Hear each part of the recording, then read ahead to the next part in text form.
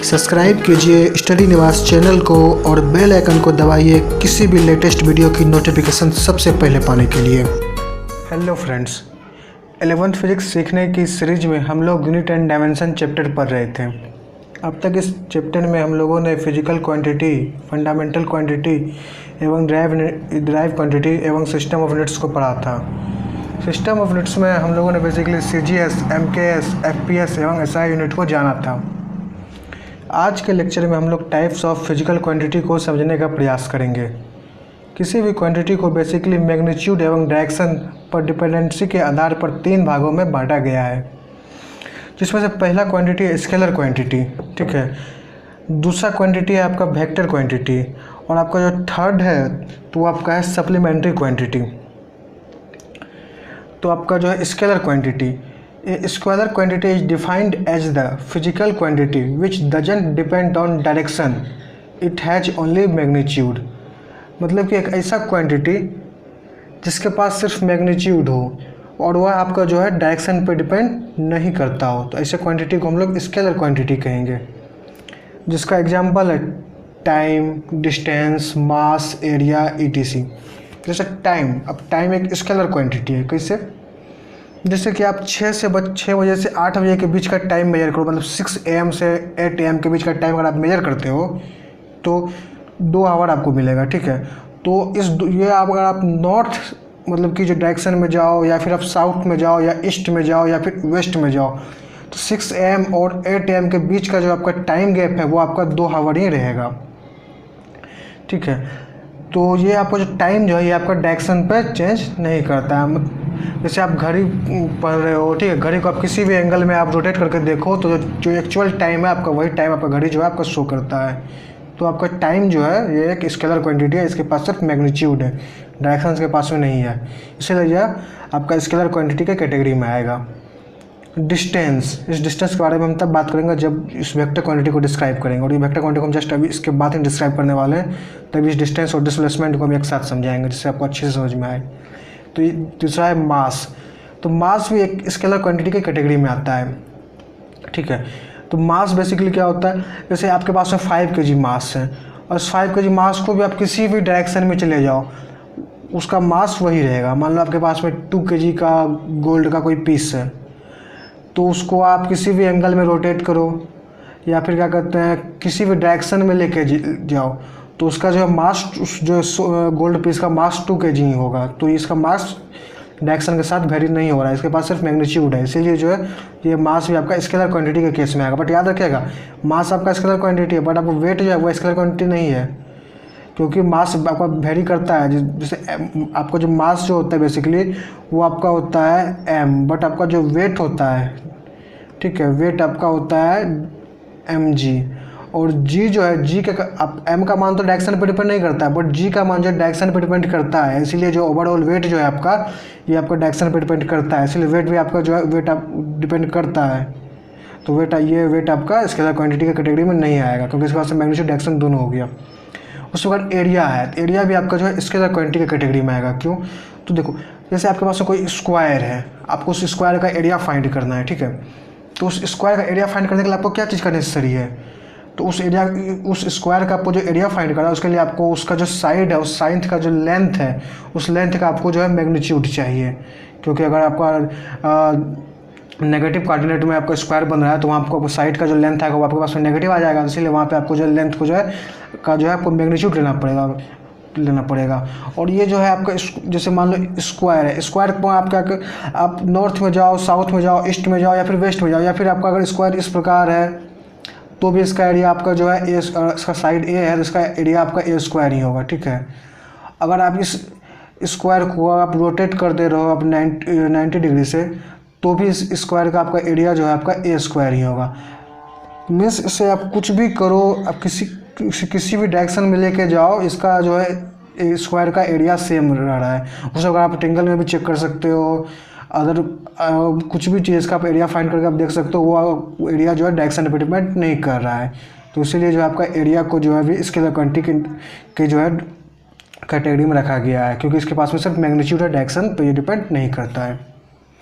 तो अब scalar quantity समझ गए। अब हम वेक्टर क्वांटिटी को देखते हैं। Vector quantity is defined as the physical quantity, ठीक है, that have magnitude and direction both. मतलब एक ऐसा क्वांटिटी जिसके पास में आपका डायरेक्शन भी हो और मैग्नीट्यूड भी उसके पास में हो। जैसे अभी हम बताया था आपको वेट, मास आपका बेसिकली जो है आपका जो स्केलर क्वांटिटी है, क्योंकि मास आपका 5 kg तो कहीं पे आपका चेंज नहीं होगा। बट आपका वेट जो है, वेट आपका होता है mg, ये m जहाँ मास है और g आपका क्या है, ग्रेविटेशनल कांस्टेंट है। तो इसका मान जो है आपका जो डायरेक्शन पर डिपेंड करता है। तो ओवरऑल वेट जो है आपका इसके पास, जैसे कि आप 5 kg, अगर 5 kg को अगर आप नीचे आ रहा है, अगर डाउनवर्ड आ रहा है तो इसका वैल्यू अलग होगा, और 5 kg अगर ऊपर जा रहा है तो उसका वैल्यू अलग होगा। उसी प्रकार आपका जैसे डिस्प्लेसमेंट का, तो डिस्टेंस के बारे में बोले थे कि जब हम वेक्टर को डिफाइन करेंगे तब बताएंगे। जैसे देखो आप डिस्टेंस डिस्प्लेसमेंट की बात समझने के लिए, एक ये हम पाथ है, ठीक है, ये मान लो आप हो, ठीक है, ये आप हो, ये आपका इनिशियल पॉइंट है, ये आपका फाइनल पॉइंट है। मतलब कि अगर आप यहाँ से चलना स्टार्ट किए हो इस पाथ को फॉलो करके, तो सबसे पहले आप अपने से राइट गए, फिर आप डाउन आए, फिर आप लेफ़्ट की ओर गए, तो ये आपका इनिशियल पॉइंट होगा, ये आपका फाइनल पॉइंट होगा, ये आप यहाँ पहुँच गए, तो ये आप यहाँ पहुँच गए। तो आपका ये इनिशियल पॉइंट है, ये आपका फाइनल पॉइंट है। अगर हम आपको पूछें कि टोटल डिस्टेंस आप कितना कवर किया, अगर हम इसको डिनोट, इस इनिशियल पॉइंट को ए बोल दें, इस पॉइंट को अगर हम बी से डिनोट करें, इस पॉइंट को अगर हम सी से डिनोट करें और इस पॉइंट को डी से डिनोट करें, तो आपका डिस्टेंस क्या होगा। तो देखिए डिस्टेंस का नाम आप हमेशा याद रखिएगा, डिस्टेंस क्या होता है, डिस्टेंस होता है total length of the path from initial point to final point. ये total length of path from initial point, ये इनिशियल पॉइंट है, इस लेंथ से total length of path from initial point to final point. मतलब इस distance total क्या होगा, ये टोटल लेंथ ऑफ पाथ। तो अगर हम डिस्टेंस का बात करेंगे तो ये आपका हो जाएगा A B plus B C plus C D, तो ये आपका डिस्टेंस हो गया। और वही अगर हम डिस्प्लेसमेंट का बात करें, जिसको हिंदी में हम लोग विस्थापन कहते हैं, तो डिस्प्लेसमेंट बेसिकली होता है shortest distance between initial point to final point. मतलब शॉर्टेस्ट डिस्टेंस, हमको ए और डी के बीच का शॉर्टेस्ट डिस्टेंस चाहिए। अब आप बताओ ए से डी के बीच का शॉर्टेस्ट डिस्टेंस क्या होगा। अगर आप ए से डी इस पाथ को फॉलो करके आते हो ए से डी तक, तो ये आपका शॉर्टेस्ट डिस्टेंस, तो आप ही सोचो नहीं है। अगर आप इस प्रकार से आते हो, ठीक है, मतलब ए से पहले आप सी पे जाते हो, फिर आप सी से डी पे आते हो, तो ये भी आपका शॉर्टेस्ट डिस्टेंस नहीं है। और अगर आप ए से डायरेक्ट डी पे आते हो तो ये आपका शॉर्टेस्ट डिस्टेंस है। मतलब इस पूरे इस पाथ में सबसे शॉर्टेस्ट डिस्टेंस आप कैसे ए से डी तक पहुंच सकते हो, तो ये इसी पाथ को फॉलो करके ए से डी तक आप पहुंच सकते हो। तो आपका डिस्प्लेसमेंट आपको बताए थे कि जो shortest distance between initial to final point, तो आपका शॉर्टेस्ट डिस्टेंस क्या हो गया, ए डी, तो यही आपका डिस्प्लेसमेंट होगा। तो डिस्टेंस क्या हुआ, A B plus B C plus C D, total length of path from initial to final. और डिस्प्लेसमेंट क्या हो गया आपका, ए डी। तो अब आप इसको ध्यान से देखो, ये डिस्टेंस जो है, ये डिस्टेंस क्या आपका डायरेक्शन पर डिपेंड कर रहा है। इसको डायरेक्शन से कोई मतलब नहीं कर रहा है, इसको डायरेक्शन से कोई मतलब नहीं है। इसको बस मतलब है कि जो है टोटल लेंथ ऑफ पाथ क्या है, जो पाथ जो है ट्रेवलर, जो आप ट्रेवलर हो, तो ये जो आप टोटल लेंथ जो आप कवर किए हो, टोटल लेंथ जो कवर किए हो जिस पाथ को फॉलो करके, वो total length of path find कर लिया, बस वही हो गया, उसका डिस्टेंस हो गया। तो इसको डायरेक्शन से कोई मतलब नहीं, देख रहे हो उसको कोई मतलब नहीं है डायरेक्शन से। तो ये डिस्टेंस जो है आपका, जब उसको कोई मतलब नहीं है डायरेक्शन से, तो ये डिस्टेंस जो है आपका स्केलर क्वांटिटी का केस में आ जाएगा, क्योंकि इसको डायरेक्शन से कोई मतलब नहीं है। लेकिन वहीं आप जैसे आप डिस्प्लेसमेंट को देख रहे हो, ए डी, भले ही ये A B B C C D path को फॉलो किया, बट डिस्प्लेसमेंट ये देख रहा है कि मेरा शॉर्टेस्ट डिस्टेंस क्या है। ये इस डायरेक्शन को भी देखा, ए से डी तक पहुंचने का, देखा नहीं ये लॉन्ग डिस्टेंस है। फिर ये जो है ए से ए सी प्लस सी डी, इस डिस्टेंस को भी, इस पाथ को भी ये देखा नहीं ये शॉर्टेस्ट नहीं है। तब इसे ए से इस डायरेक्शन वाले पाथ को देखा, ए से डायरेक्ट जो डी तक जाता था, तो ये इसका जो है शॉर्टेस्ट पाथ इसको दिखा, तो ये इसका डिस्प्लेसमेंट होगा। मतलब डिस्प्लेसमेंट देख रहा है कि अपना डायरेक्शन को देख रहा है शॉर्टेस्ट पाथ के लिए, तो मतलब इसके पास में डायरेक्शन है और मैग्नीट्यूड तो खैर है ही, तो ये डिस्प्लेसमेंट आपका किस कैटेगरी में आ गया, वेक्टर कैटेगरी में आ गया, क्योंकि इसके पास में डिस्टेंस डिस्प्लेसमेंट दोनों है। उसके बाद दूसरा आपका एग्जाम्पल है फोर्स को आपको हम इस वजह से समझाते हैं। ये सबका फोर्स है, ये आपका मान लो कोई बॉडी है, ठीक है, और ये आपका सरफेस है, ये आपका m मास का बॉडी है। इसके ऊपर मान लो 10 न्यूटन का कोई फोर्स लगा रहा है लेफ़्ट से, और जस्ट इस लेफ्ट से जस्ट राइट से जो है कोई इसकी बॉडी के अपोजिट फोर्स लगा रहा है, इस 10 न्यूटन के अपोजिट फोर्स लगा रहा है, मान लो 5 न्यूटन, ठीक है। तो इस बॉडी पर रिजल्टेंट फोर्स क्या होगा?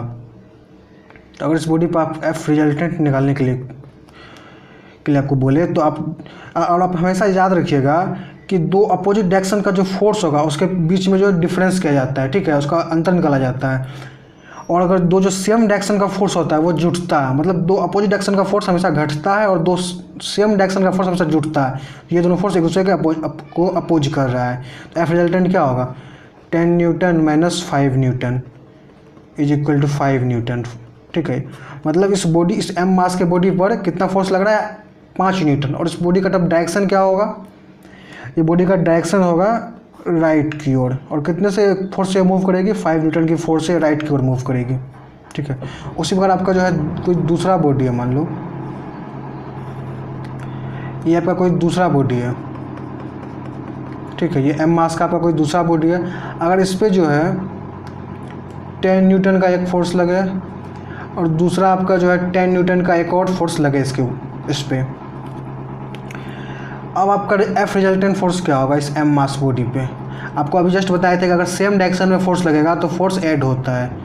तो 10 newton force plus 10 newton force is equal to 20 newton force. ये आपका 20 न्यूटन फोर्स आ गया एफ रिजल्टेंट। और सेम उसी प्रकार अगर ये आपका अगर एम मास का बॉडी है, एम मास का ये आपका बॉडी है, अगर इस पर अगर 10 न्यूटन का फोर्स इसका लेफ्ट से लग रहा है और जस्ट इस पे जो है 10 और जस्ट इस पे जो है 10 न्यूटन का फोर्स राइट से भी लग रहा है और अपोजिट डायरेक्शन में, तब एफ रिजल्टेंट फोर्स क्या होगा? तो इस केस में आपका एफ रिजल्टेंट फोर्स क्या होगा? जस्ट आपको बताए थे अपोजिट डायरेक्शन में फोर्स लगेगा तो आपका जो है फोर्स घटेगा। तो 10 newton force minus 10 newton force is equal to 0 newton force.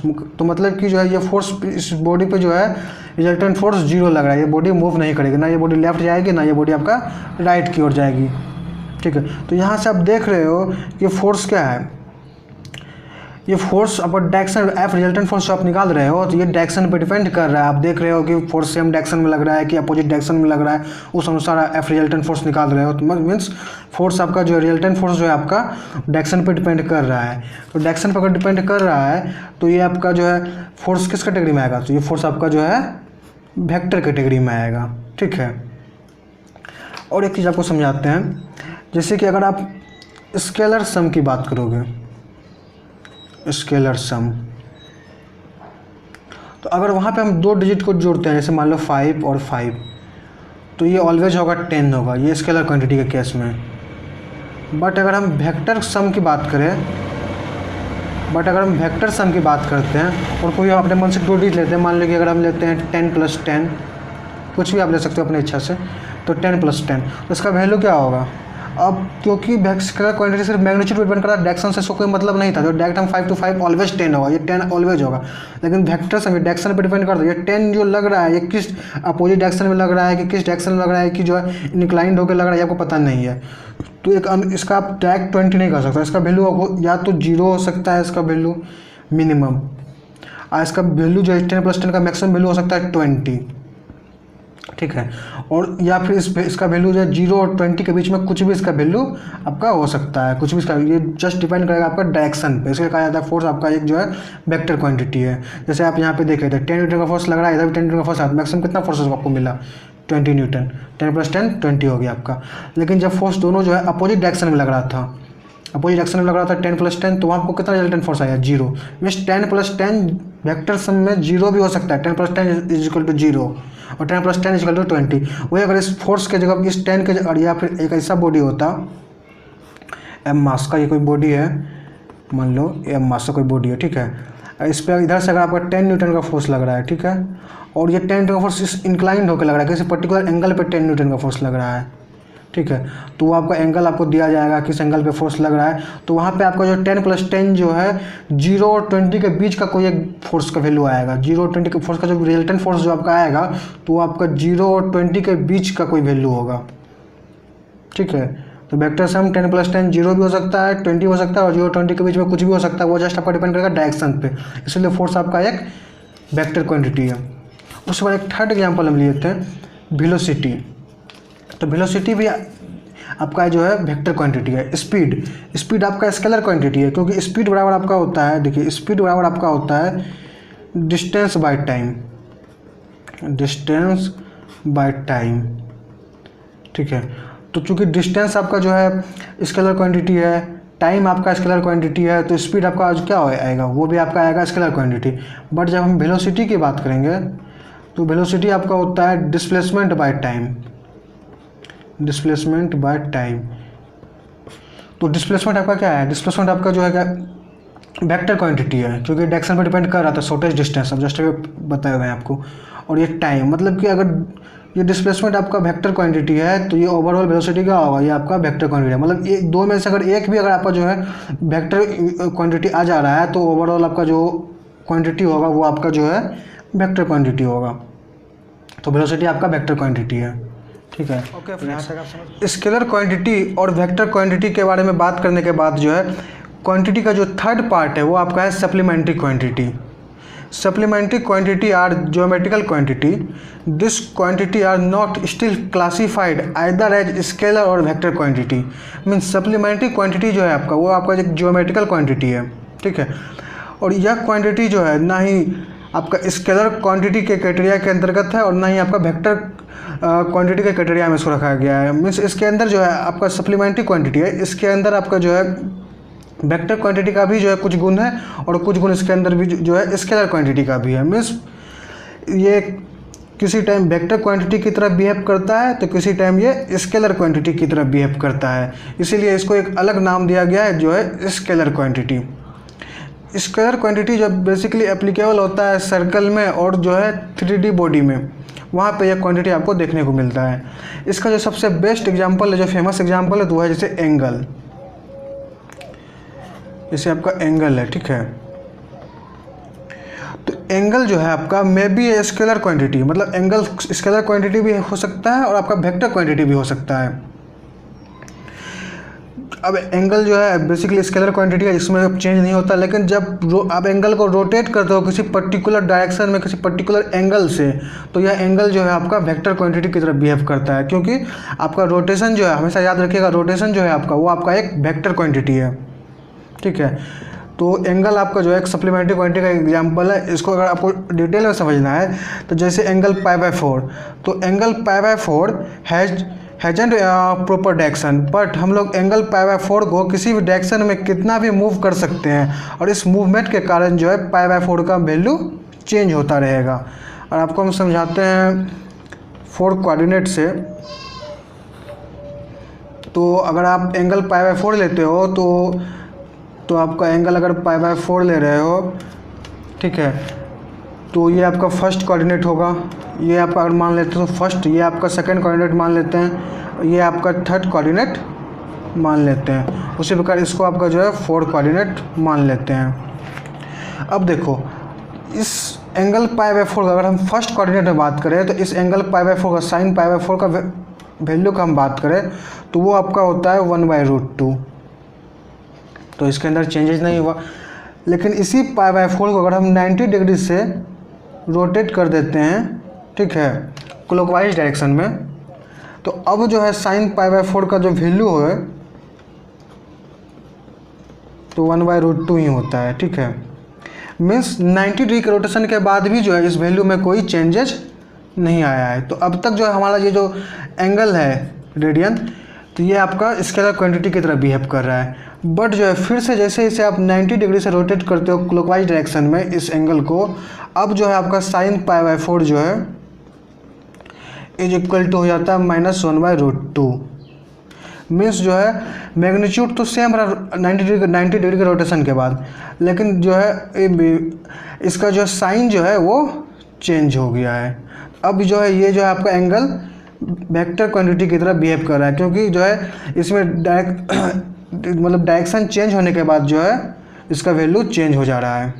उसी प्रकार फिर से इसे आप 90 डिग्री से आप रोटेट करते हो इस एंगल को, तो अब जो है फोर्थ कोऑर्डिनेट में आपका जो है साइन π/4 का वैल्यू हो जाता है -1/√2 ही। मीन्स यहाँ भी -1/√2, यहाँ भी -1/√2। तो अब ये कैसा बिहेव किया? अब ये स्केलर क्वांटिटी की तरह बिहेव किया, क्योंकि डायरेक्शन चेंज किए हैं तो वैल्यू में कोई चेंजेस नहीं आया। तो अभी ये जो है अभी स्केलर क्वांटिटी की तरह बिहेव किया था। लेकिन फिर से इसे जैसे आप 90 डिग्री से आप रोटेट करोगे तो ये फिर से फर्स्ट कोऑर्डिनेट में पहुंच जाएगा। तो अब यहाँ पे इसका वैल्यू जो है -1/√2 से 1/√2 हो जा रहा है। मीन्स अब जो है ये क्वांटिटी वेक्टर क्वांटिटी की तरह बिहेव कर रहा है, क्योंकि इसका डायरेक्शन जैसे आप चेंज कर रहे हो तो ये इसका वैल्यू चेंज हो जा रहा है। तो अब ये वेक्टर क्वांटिटी की तरह बिहेव कर रहा है। उसमें अगर आप साइन की जगह आप कॉस को भी लेकर चेक कर सकते हो, टेन को लेकर चेक कर सकते हो, कोसेक को लेकर चेक कर सकते हो। मतलब आपका जो चेंज मतलब आपका मन रखने को करे उसको लेकर आप चेक कर सकते हो। आप देखिएगा कि एक पर्टिकुलर डायरेक्शन में जाने के बाद जो है वैल्यू जो है वेरी कर रहा है। तो ये वैल्यू जो वेरी कर रहा है इसीलिए इसके अंदर जो है वेक्टर क्वांटिटी का भी गुण है। और अगर आप इसे रोटेट नहीं करते हो तो जैसे कि आप π/4 है तो जनरली आप छोड़ देते हो π/4 को, तो इसका वैल्यू जो है साइन, जैसे साइन π/4 लो तो इसका वैल्यू हमेशा 1/√2 होगा। उसी प्रकार अगर cos π/4 लो तो वहाँ पे इसका वैल्यू जो है आपका 1/√2 होगा। अगर tan π/4 लो तो वैल्यू इसका 1 होगा tan π/4 का। तो अगर इसको रोटेट नहीं करते तो इसका वैल्यू जो है कांस्टेंट रहता है, कोई चेंजेस नहीं आता है। उस टाइम ये स्केलर क्वांटिटी की तरह बिहेव कर रहा है। बट रोटेशन जब इसे आप रोटेट करते हो किसी पर्टिकुलर डायरेक्शन या किसी पर्टिकुलर एंगल से तो उस समय यह वेक्टर क्वांटिटी की तरह बिहेव करता है। तो इस गुण के कारण जो है इसको एक अलग क्वांटिटी का नाम, इस क्वांटिटी को एक अलग क्वांटिटी में बांटा गया जिसको नाम दिया गया सप्लीमेंट्री क्वांटिटी। ओके फ्रेंड्स, इस लेक्चर में इतना ही। नेक्स्ट लेक्चर में हम लोग यूनिट एंड डायमेंशन चैप्टर का सेकंड पोर्शन डायमेंशन को कवर करेंगे, जहां मैं आपको डायमेंशन फार्मूला को फाइंड करने का मेथड एवं डायमेंशन फार्मूला के एडवांटेज को समझाने का कोशिश करूँगा। सो नेक्स्ट वीडियो आप लोगों के लिए काफ़ी इम्पोर्टेंट रहने वाली है। दोस्तों, अगर यह वीडियो आपको पसंद आया हो तो please like the video and subscribe study निवास चैनल, क्योंकि इस यहाँ पे सारे वीडियो फ्री में मिलेगी और इस वीडियो को लाइक करने से हमें काफ़ी मोटिवेशन मिलती है। And friends, don't forget the hit the notification bell, ताकि जब भी मैं ऑनलाइन आऊँ you get know about that. I will see you in next video very soon. Till then, bye bye.